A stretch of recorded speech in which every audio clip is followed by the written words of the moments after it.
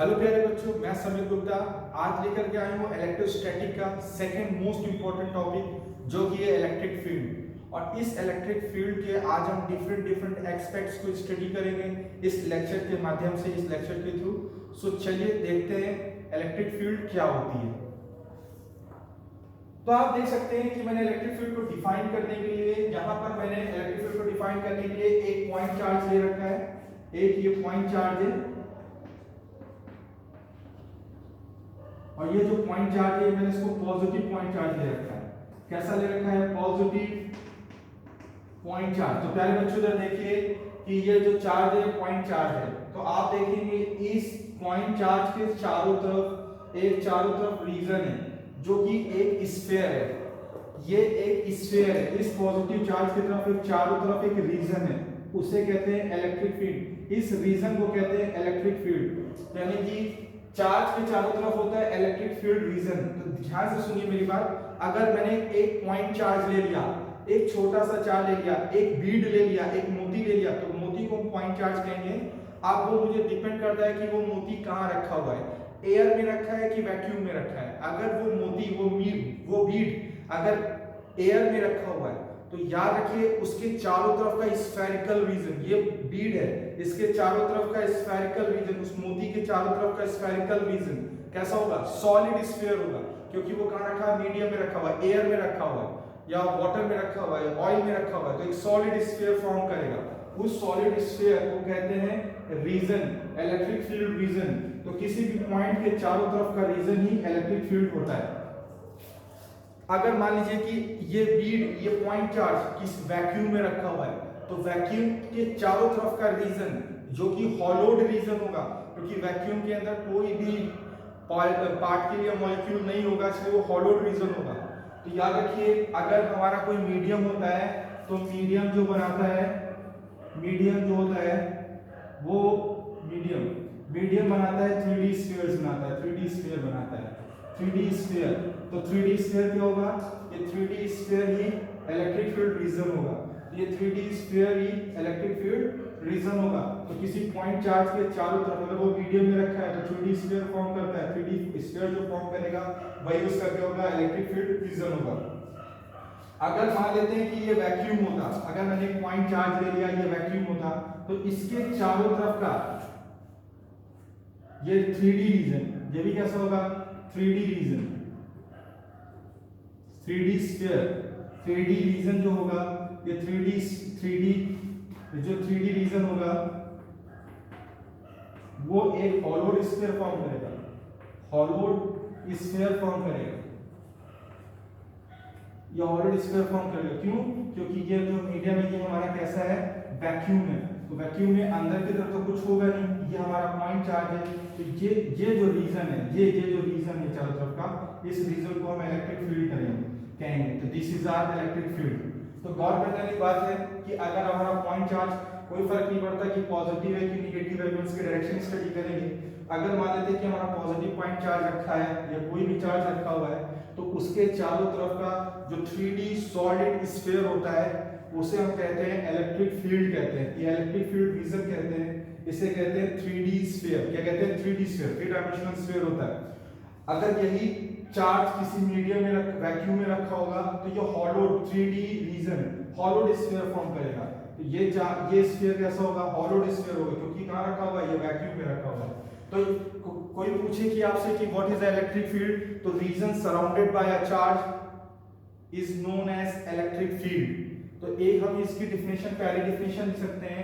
Electric field की कोई definition अगर हमसे पूछे तो मैं कह सकता हूं, पहली डिफिनेशन इसकी लिख सकता हूं, region surrounded by a charge known as electric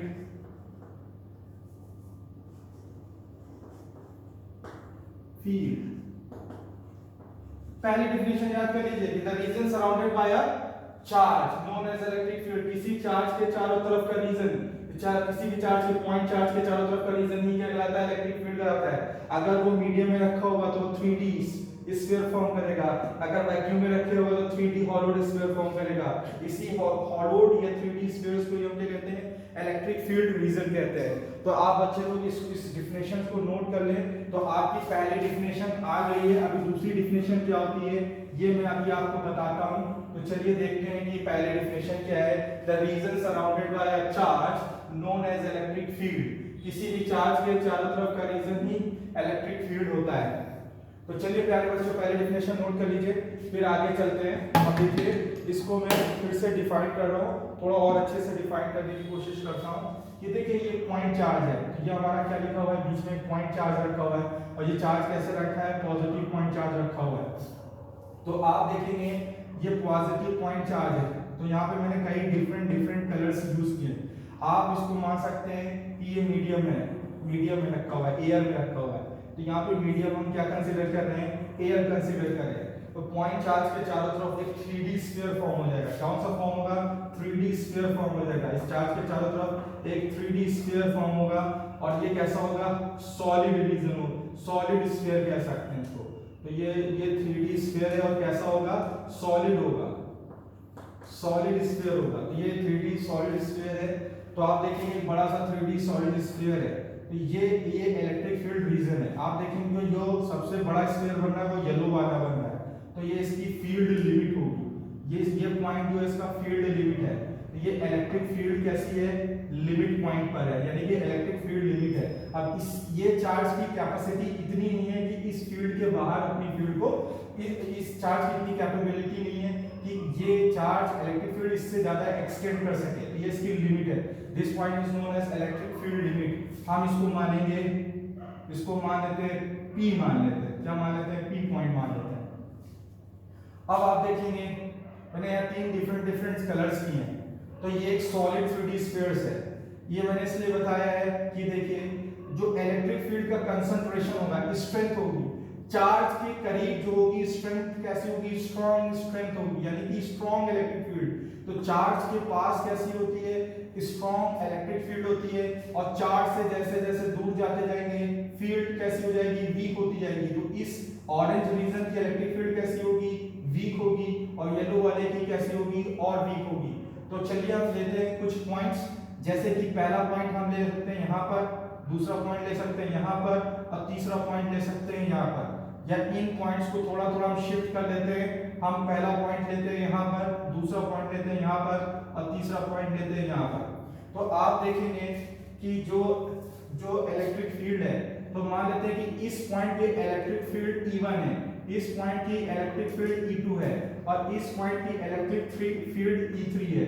तो आप देखेंगे ये पहले पॉइंट की डिस्टेंस को R1 मान रहे हैं, दूसरे पॉइंट की डिस्टेंस को R2 मान रहे हैं, और तीसरे पॉइंट की डिस्टेंस को R3 मान रहे हैं। तो 3 डिफरेंट यहाँ पे क्या लिख रखा है, मैंने रेडियस कंसीडर किया है। तो आप देखिए चार्ज से जो जितनी दूर हम जाएंगे, चार्ज से अगर हम दूर जाएंगे, चार्ज से हम आगे की तरफ चलते हैं, तो इलेक्ट्रिक फील्ड कैसी होती है, वीक होती है। यानी कि चार्ज से दूर चलने पर इलेक्ट्रिक फील्ड कैसी हो जाएगी, वीक हो जाएगी। वीक इलेक्ट्रिक फील्ड वीक होने का मतलब है कि इलेक्ट्रिक फील्ड